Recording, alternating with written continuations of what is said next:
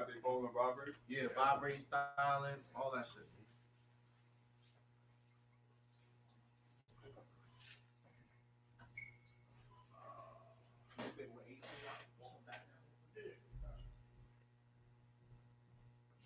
Neither one of us is in this shot, right?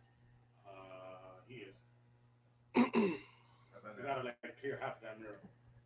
Yeah, you gotta be like from the wall. Like this wall right here is like the wall. Gotta go. Like you see this line right here, this wall? Oh, You gotta be on the let me side of put this. the Yeah. bags. Yeah, you good. Like right here? Yeah, as long as you clear this. Once you start coming this way, I can see your arm. Yeah, you good. Let's move this to the All that is good. Like move this to the chair. Yeah, because we stand over there. Yeah, it's catch. Thank you.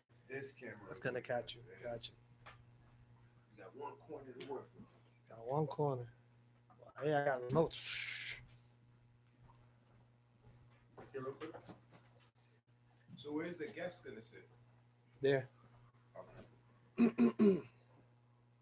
All right, so iPhone. Anybody got an extra iPhone? We can put on airplane mode and connect to Wi-Fi and stream live on my Instagram page. You could do it with your phone too. It don't plug up. The shit only hooks up for iPhones. Got How much iPhone percent buttons. you got? I got 50. Oh, for real? You got iPhone? Nah, mine is worse than yours. 39%.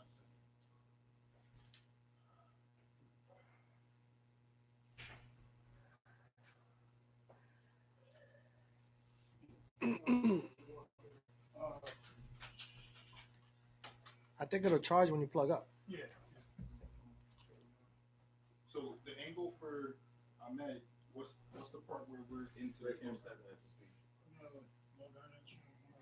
I could put the Wi-Fi here, right? Settings, right? So this. Where's the angle for Ahmed? Like, Where's the camera- what? Oh, never You mind. can- It's you on can this see side. me? Okay, no. You can't see this. Look, both cameras. I can are see your coming on hand. this side. There I'm good. There you go. There you're good. Yeah, so that's his camera right there in this side. So hold up. Dope. Damn, I don't remember my password.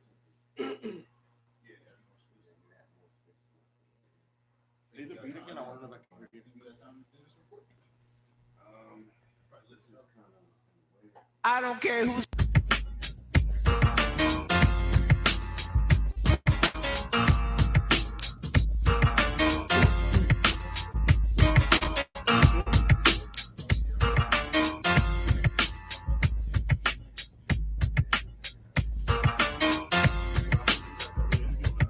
Right. You raise the car. I want the car to fill up. How does that car usually hold?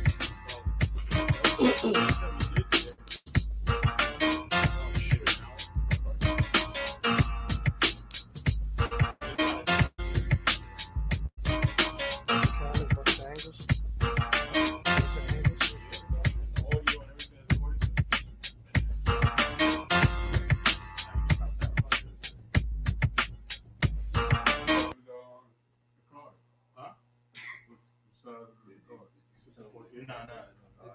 It's over like 7 hours.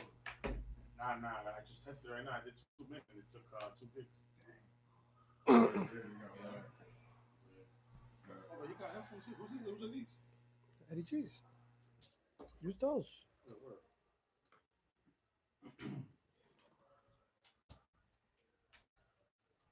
A regular camera would take that long, but for some reason, That's what I was thinking. I was like, put it in, damn, man. all that shit. Because I know it's like, it's like $7, $8. Yeah. No, mine.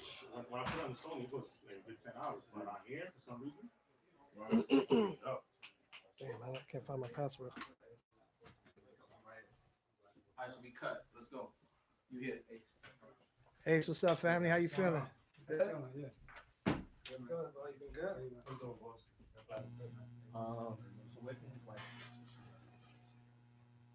Just put your phones on vibrate. Password.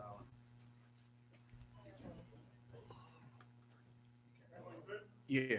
So do me a favor, though. Yeah, I think. Yeah, if you coming in, yeah. Are you in here with us or you not? That's fine. Damn, I don't know my password. Everybody's out the shot. hold on.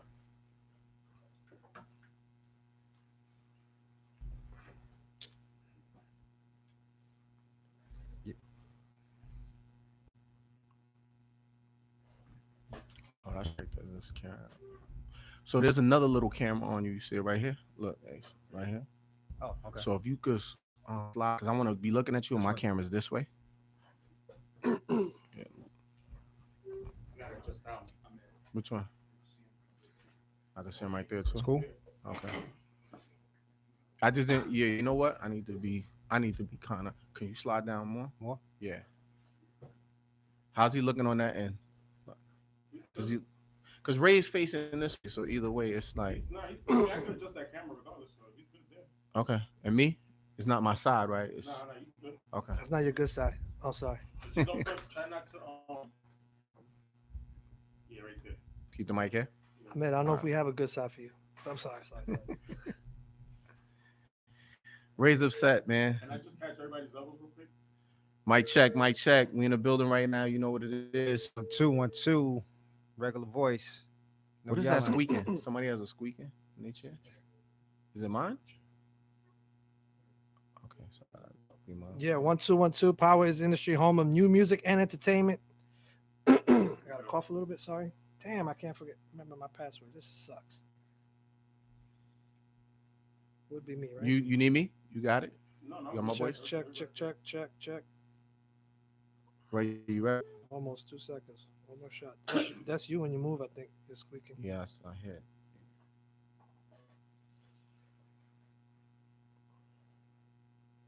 Oh damn it! Guess this ain't happening. Am I the only one that hears that buzz? You hear buzz? It's a little bit of a buzz, yeah. Check my headphones. It's loud. Mine. Turn his volume down. You have a All right. Okay. That buzz is from that strip. Okay. Yeah, it's not coming over here with the buzz though. Okay. Cool. So it's not gonna show up in what we're recording. Okay. Yeah, it's just from there. All right, let me know when we're recording. Everything's good. Hit the Everybody button. Yeah, we good. Y'all good? All right, go ahead. It's on you, Ray. What's up, everybody? It's the kid DJ Rainbow Power 1051. This is the Powers Industry, home of new music and entertainment. Our host today is Ahmed, and today our guest is the legendary legend. When I say legend, I mean legend. Rapper, Master Ace. Make some noise for him, baby. What's good? What's good? What's going on, baby? What's going How on? you doing, family? I'm good, man. Take a look around. Exactly. Welcome to the new vibes. The new vibes. Yes, I like your new space. Thank you, man. How's everything with you though? You been good? Everything's great, man. Staying Everything is busy? great. Absolutely staying busy, man. We like to hear. That's what we like to Yeah. hear. Let's let Yo. the people know who Master Ace is for the younger generation that's watching and listening. Give 'em let's brag a little bit about yourself. You want me to give the history? Yeah, Okay. I want to listen. Let's talk about how you got into this game. All right. So Let's start there because you from Brooklyn, right? I'm from Brooklyn, Brownsville. Okay. Howard houses. Grew up in Brownsville. Just rhyming with my friends in the neighborhood. Yeah, you because the know? Juice Crew that you rocked with, they pretty much a lot of them was Queens, except yeah. for you and Kane, right? Exactly. And Biz. And Biz. Well, Biz from everywhere. Yeah, exactly. He's lived in a different. I don't know what city, what he claimed, but Every time I talk to Biz, he tell me something different. Long Island, the whole Queen. Harlem. Everybody who's from Queensbridge is Marley Marl, MC Shan, Craig G, and Roxanne Shante, Mm-hmm.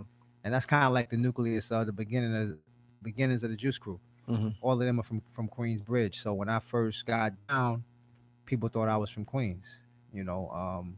But obviously they found that out pretty quickly. First album came out in 1990. One of my songs on it was called Brooklyn Battles, which kind of spelled exactly out where I was from. You was one of my favorite rappers, so I mean, you're still one of my favorite rappers among many. So I I know appreciate it. that was one of the illest albums I ever heard. You know what I mean? Take a look around. Wow. Take a look around. You know, I feel like I've done better records since 90, but I'm glad you like that record because there's still people out there that come to the shows that want to hear those songs, especially in the UK, London specifically. When I perform in London, I have to do 3 or 4 records off that album because they want to hear those songs. yeah. So how does that work? Like somebody books you to come out there. Do they tell you that? Do you tell them, nah, this is when I'm performing? No, I mean, because I've been over there a few times now, I kind of know what the vibe is and what people want to hear. So I know kind of how to cater the show to the audience. But basically, I go in with my plan of what I want to perform and what I think is going to work. I'll try a couple of new records out, new routines out to see how that goes over. But generally speaking, I decide what songs I'm gonna do. So you went to I remember you went to college, and Yeah. this was always a phenomenal thing for me.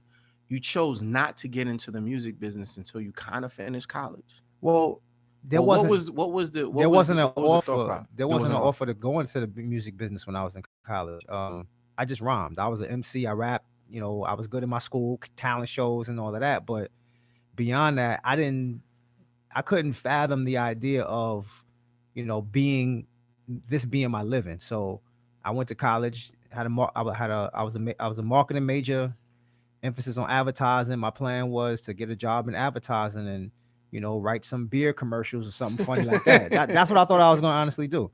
And then my junior year, I went home for Christmas break and wound up entering this rap contest while I was on Christmas break in Queens, in United States of America. I wound up winning the contest, and first prize was 6 hours of studio time with Marley Marl. And that was how the whole thing started. It was that contest, the 6 hours, meeting Marley Marl that summer, going in, recording my first demo. And I guess he liked what I did, because after the 6 hours, he asked me to keep coming back. And I wound up being on his album Marley Marl in Control, which came out in 1988, the same year I graduated from college. So it was just timing more than anything else. That's amazing. See how the stars line up? Yeah. That's bananas. So Man. studio time, meet up with Marley Marl, Juice Crew, got some made, you know. And I almost didn't go to that contest. That's the crazy part. My boy Scooter was going. He called me up. You want to go? I was like, nah, it's Christmas. I'm home with the family. I'm good. You know what I'm saying? Like, I didn't want to just go out and, you know, on Christmas holidays. So we hung up. My mom's overheard the conversation. She's like, yo, why don't you go? We already ate. You know, everybody just sitting around watching TV. Go ahead, go with your friend. I was like, you sure? She was like, yeah. Call him back. He left the crib already. His sister pick up. She like, he not here. Yo, I just spoke to him. Can you try to catch him? She's like, oh, hold on. She go, I hear the door open. I hear her go outside yelling his name up the street. After about 15 minutes, he comes back. What's up? I said, yo, I'm gonna meet you. Tell me what train. Boom, boom, boom. So just imagine if his sister was on some, my brother in here, bang, and just bang the phone on me. Right. I might not be here. I might not be here talking to you right now. That's crazy. And mom's extra, Right. Go out and go. Exactly. Put you in that place. Exactly. So you gotta listen to your moms. Kids, listen to your parents. I'm glad she was overhearing my conversation. Right. That- I mean, but you have a cousin. From what I understand, you had a couple of incidents where see, this is the thing for all you artists that are aspiring. See, and I always say this: the stuff you are not prepared to do, somebody else will do 100 times over. So when you say I'm not going to the studio, there's somebody in the studio. That's why I love what Jay said. Yo, it's that little kid in front of the cereal box writing. You want to hang out with your girl. You want to get high. You want to do all these other things, but do the stuff you're supposed to be doing. Right. And seize an opportunity. And that's a perfect example. Like, you probably wouldn't be able to sit here. You have an interesting story on how you got onto the naturally, I think this is the record that really broke you out, the Symphony record, right? That was the first time people heard my voice on the record. Yeah. Tell us how you got on that record, because somebody, I'm not going to say his name, but somebody passed on that opportunity. Yeah, I'll say his name. It was MC Shan. He was the label. You know, not arguably, he was the star. He was the man on the label. He was the biggest artist on the label at the time. Mm-hmm. And when we were coming from the photo shoot for Marley Marl in Control. If you know that album cover, you flip it over, you see all of us standing by the Learjet. Mm-hmm. Marley Marl standing there. And after that photo shoot, Marley was like, I'm going to my crib to record one more song for the album with Kane and G-Rap. And then Craig was like, yo, can I go on? I guess he asked them, and they was like, all right, Craig could jump on it. So Craig needed a ride because I was driving at the time. So I was like, I'll be a ride. So I drove Craig over there, but really I just wanted to be nosy and just see dudes in the studio. I just met Kane that day, but I was already a fan of his lyricism and what he did on record. So I wanted to see this new record be created. I just wanted to be there, honestly. And so we get over to Marley's crib, and I'm just kind of like sitting in the living room while they all writing their rhymes. And, you know, it was time for somebody to spit. And there was this whole debate about, you know, yo, why don't you go first? And Kane's like, nah, I told G-Rap go first. G-Rap, nah, tell correct. So they go almost back and forth. So Marley just looks over, yo, Ace, you got a little rhyme for this? I was like, yeah, I got something. Like, I always kept, 10, 15 rhymes memorized. So I was like, Brooklyn. yeah. So So ready to battle, son. I just, I went in my mental Rolodex. I was like, yeah, I'll spit that one. So I go in and jump on the mic. And I think the plan was just to like warm dudes up because dudes was a little iffy. And then when my verse was finished, everybody else did their parts. But somewhere along the way, there was a conversation with G-Rap and Kane. They went to the store or something. And I only know this because Kane did an interview recently talking about it. He said him and G-Rap, when Marley put me in the booth to the pizza shop, and on the way there, they was like, yo, what's up? He putting this new dude on. He ain't supposed to be on the record. It's supposed to be me and you. And we said, oh, okay, cool. Craig could be on it. And now he throwing this guy on it. It came Wait, back. hold up. Kane Yeah. said that? Kane and G-Rap was talking in the store. But wasn't Kane the new nigga too? He was, but he was already established. People okay. knew him. Like he Okay. had, He had songs out already, right? yeah, he had records out, and he was undeniably like gonna be the next dude. So when they came back from the store, they heard the rhyme, and it's like, oh, new. They was calling me Glasses. Yo, Glasses kind of nice. Yo, Glasses kind of nice. I can't front. All right. And I guess that's how I stayed on the record. They gave me the cosign tomorrow. Like, yo, keep him on there. You all right? So just in case you missing what he's saying, MC Shan, this first of all, the Symphony is one of the most historic hip hop records. I in the agree. game. Am I lying? I Definitely agree. posse That's cut. definitely Ray is one of the a illest classic. DJs out. He plays that record all the time, and I tell him, Yeah. yo, Yeah. it's crazy. But that record is historic. So he passed on that record. Yeah, to he go didn't do something Yeah, else. yeah, he didn't want to go to the studio. He said Marley was like always asking people to be on records and not paying them, and I was like, I ain't messing with that. I know how Marley do, so he just bounced. Wow. And then this wound up being one of the biggest records ever created. Did you ever say sorry for your loss? I've definitely thanked him in the back of my head, like good looking out on that one, Shan. Yeah, Yeah, Good I hear looking. you. That's bananas right there. That's incredible. I want to know how the Crooklyn Dodgers thing came about. How did that come about? I honestly just got a phone call. I believe Q-Tip called me. He got my number from somebody, and he's like, "I'm doing this record for Spike Lee's movie. You want to be Movie, on? right? You want to be on it?" I was like, "Of course!" Like it's like perfect timing for me because at that time, I had this song "Born to Roll" that was like blowing up crazy on the West Coast and the Midwest and the South, and it was getting all of this airplay and. That's when people had big speakers in the back of their cars. Yeah. That bass used to hit. Right, but back home, there was kind of this perception that Ace on some West Coast stuff now. Like he Right. on that now. He ain't one of us. He with them now.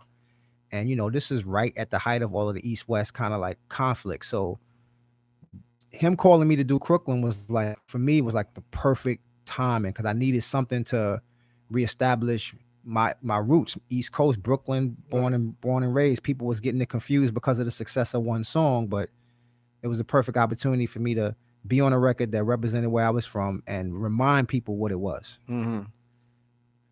Brooklyn had he waved the flag of Brooklyn. He was good in that era. Like it's still like that though. For some reason, all the hot artists come out of Brooklyn. I don't get it. Well, Yeah, they just rhyme in school all day or something. They got like classes for me, rapping or something. For me, growing up, what I realized was that at that time it was like a lot of dope artists were coming from Brooklyn, but all the DJs were from uptown. There was no ill DJ from Brooklyn. Brooklyn. I got you. They were all coming. You had Kid Capri, you had SNS, you had like all of these The Ron mixtape G's kings. and like They had everything the had hustle to be. of the streets with the mixtapes. I get it. Yeah. So You had to do your thing, and that's crazy, yo. But I do want to. So like Big Daddy Kane, he was new, because I want to, because that's ill that he would call you. Because from what I heard, I've heard Kane reference this. He said that Shan used to call him the new dude. Yeah. He wouldn't acknowledge him by his name. Yeah. They call him, hey, new dude with the flat top, new guy, come here with the flat top. Yeah, that's bananas to me. You Yeah. know what I mean? And you never wound up in, nobody's ever dissed you on wax. Oh, nobody of note. Nah. Oh, there was some people that tried. The underground. There's always little dudes. I never heard nobody get on radio and say boom. So let me ask you this, because that beef that they had, since you, because a lot of people thought you was from Queens. I remember that, but you were still part of the Juice Crew. Right. So how did you KRS? Because he went in on Shan, See, with the bridge is over. How did that affect you and how you moved with it? Was it like a meeting, like, yo, we gotta get at this dude? Like, it didn't affect. what is it the didn't deal? affect me at all because I wasn't down yet. Oh. The whole KRS Shan thing happened in like 80, 85, 85, 85, 86, right? So I hadn't even met Marley yet. Mm-hmm. I was in college, but I hadn't that moment hadn't happened yet. So I was going to Latin Quarters Friday nights, dancing to South Bronx, South. I was, you know what I'm saying? I wasn't in it either way. So I was just dancing to whatever was sounding good on, in the clubs. No hate in that. Have you ever met KRS? Like, did he ever talk to you? Did you ever talk about that or be around any conversations about that? Nah, it's such water under the bridge. We would never talk about that, but well, not now. I'm talking about then. Nah, I didn't meet Chris till like really after I was an established artist. Not that I recall. I met him like, in the 2000s. Like we had a show together in Chicago. We had a show together overseas in Europe and show in LA together. But we're peers now. Like back then, he was like one of the guys I like looked up to for what he was doing with the conscious energy that he brought to records, which he was trying to kind of teach the young people about certain things, about eat, different things like that. So he was definitely one of the artists that I looked up to in terms of like a talent, skill, ability, and dope records and a crazy dope stage show. But yeah, no, we never talked about that. Legendary peers, by the way. Just want to be clear. Legendary peers. Yeah, this is yeah. And I think that's classic, vintage, whatever words you want to use, man. Yeah, but I don't believe in that old school. Well, what is Mass Days doing nowadays? We got any projects we can look forward to? Well, my most recent album came out in last November, so it's been a year. We're actually been touring with it. Yeah, definitely. I've been to Europe twice with it. I've been to South America with it. Still got to get to Canada. Me and I may want to go with you guys on tour. We might carry the luggage or something, but we got child support issues. But I'll stop you right in your tracks, brother. They will not let you go. Listen, don't be believing this dude, right? He's just mad because the gay pride parade is over. Okay. He's like the spearhead of that. I see how y'all. Listen, man. This is crazy just to have you in the studio. Like literally, I remember I was in a group home and I had bought your album, and the guy that used to take us to school. I do kind of want to ask you. I know Eminem credits you with a lot, inspiring him and stuff like that. How does that make you feel? Me and others. He named like a nice list of cats that inspired him when he was coming up, young. My album Slaughterhouse, which came out in '93. I see a inspiration right there. He did the Slaughterhouse project, right? So that album came out in '93, and he told me this is having a conversation. He told me that when that album came out, him and D12, they were driving around Detroit broke as hell in a beat up car, playing that album the whole summer. Like that was like their record. Like wow, it popped. They bought a new one. Like it was like that. That was one of those impactful records because he was young. He was probably like 17, 16, 18, somewhere in there. He was a teenager. Right. And you know how it is when you're young, like our dudes too. So it all. What's one of your favorite albums growing up? What inspired you growing up? Man, Slick Rick. The Great Adventures of Slick Rick was definitely a big one. Loved that album. Top to bottom, every record. Memorized a lot of the lines on that album. Big Daddy Kane, Long Live the Kane, definitely. Eric B. and Rakim, Paid in Full. That was one for me. Eric B. and Rakim for some reason. Man, we'll be here all day naming albums. A lot of records that, me and Craig G used to drive around. He had a Blazer. I had a Blazer. You guys were rich. Yeah. At that time, that was a nice whip. Throw some rims on the Blazer and go up to 125th Street and try to holler at the girls. Well, it's past, but we used to change the VIN numbers on cars. You know what I mean? Oh yeah. So we would get a Jetta. That still happens. It still happens. That's how we survived. Yeah. We put big 12-inch speakers on the back behind the seat. And we what was that movie called? Jersey Drive. Jersey Drive. That was real. Yeah. Shit was real. Yeah. It's crazy. Southside news down. Well, you know me, I'm a Harlem dude with a Brooklyn bounce, so but Jersey, I remember that. You did not bring your fucking car to Jersey. For real. Your shit would get took in a minute. So let me ask you, because I felt the way. I'm gonna be 100 with you. Like when you went to it just seemed like you switched your whole vibe. and I was like, I wasn't really a big fan. I was like, I liked the record, but it wasn't the Ace I knew. Right. Original record, Jeep Ass N Word was the title of the song. I did a remix. I took a beat that was it was on that beat, by the way, was on Def Jam. It was a Def Jam record. It was by a group called Original Concept. Mm.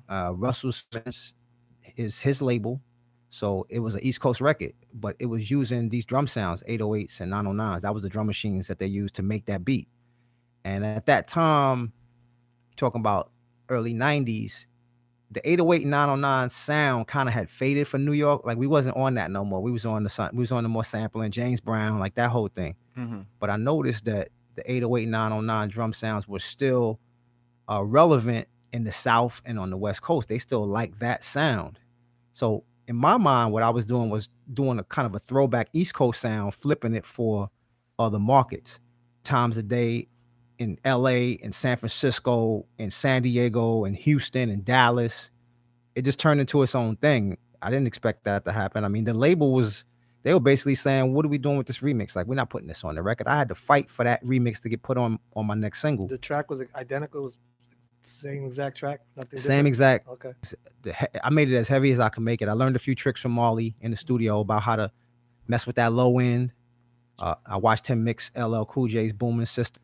They mess with the systems heavy in the South and the West, and Right. they never had heard of me up to that moment. Like, you already knew who I was. You thought I was switching it up. They were like, "Who's this new dude? Oh shoot, where? Who?" Damn, this? you was the new dude again? I was the new dude again. They didn't call you glasses though. at that Nah, point. not anymore. Not anymore. But yeah, Got contacts. He had money. for real. Yeah, new dude, man.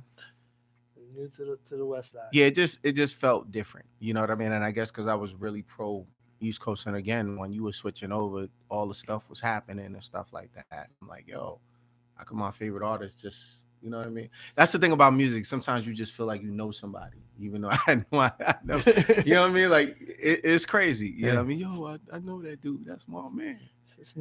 But look at music now though. It's like there's no borders now. You listen to rappers from Jersey, from Brooklyn, from Queens, and everybody's on a trap vibe. Like the sound, the bounce, the flow, and that's a Southern vibe. But it's okay now. Like nobody's getting persecuted for it. Is you just going with whatever I guess you think works. So I was kind of like that poster child to kind of get beat up, but I opened up the idea that you could do a sound not necessarily from where you were from. See, my albums didn't sound like that. That was a song that blew up, but I had other songs. If you listen to the album, there was other records that was hard drums, like lyrical, all of that. But when you get a record that's I was guilty of that. Because I was like, all right. yo, I forgive what's he you, man. doing? You know what I mean? I forgive you. You know, I had to get older and kind of learn to really appreciate, you know what I mean? Absolutely. So Have you ever took a younger artist and try to like sign them or anything like that, or try to? More than a couple of times. Really? Yeah, like dudes just You don't have don't. to say their names if you don't. No, work with them no, more. I won't. But they didn't. He said, "I won't." quit Brooklyn at. Not everybody understands what it takes to do this. Like, they just want the success. I got you. They want it like You said you were going on tours. I want to go tour with. West, this white kid, and when we started messing with him, he looked like Justin Bieber, like blow on some little white girl stuff and like be out of here. And he could actually rap. And he could rap, right? So we're working with this kid 2 years, 3. Don't want to shave. Starts getting tattoos everywhere because everybody else is getting tattoos. Right. And he don't, his hair's all stringy. He looked dirty now, like, 5 o'clock shadow. He just looked like, dude, we signed Justin Bieber. You giving us some other stuff. And from that moment, like, we just never was on the same page again. And it was like a tug of war, and it just became, all right, good luck, fam. Like, go do it how you want to do it. Because he just would not listen at that point. He was like, he got a girlfriend. That always plays into it too. A lot of these dudes get girlfriends. If y'all listening, listen. Unsigned artists, listen. Listen to me. Listen to No, me, Linda. no shot at the women. We love the women, but No, but listen to me. That girl that's in your head right now is probably not going to be your wife. You're 16, you're 17, you're 18. make your decisions for yourself. Don't be stupid, because a lot of these dudes, they get the girl pregnant, and then it becomes this whole thing. Then they got to get a job. And listen, I've been through a few of those with different young artists that don't listen. So that's my advice, man. Like, be smart. Be focused. Be focused. Work on your craft. Focus on your craft. Right. I'm married. How long? This November, actually, not November 10th, will be 18 years. That's what's up. See, I get you them kudos now. Am I the only married man in the room? Anything else you want to ask about? Anything you want to talk about that we should know about you that you want to advertise? I was I feel about- like sometimes Yeah, you we got do a the show interviews, coming up. I was about to speak We about. going to this show. Yeah, we Tell want to us know what what's you on want the to show. tell us. I was about to speak about the project that I dropped last November. It's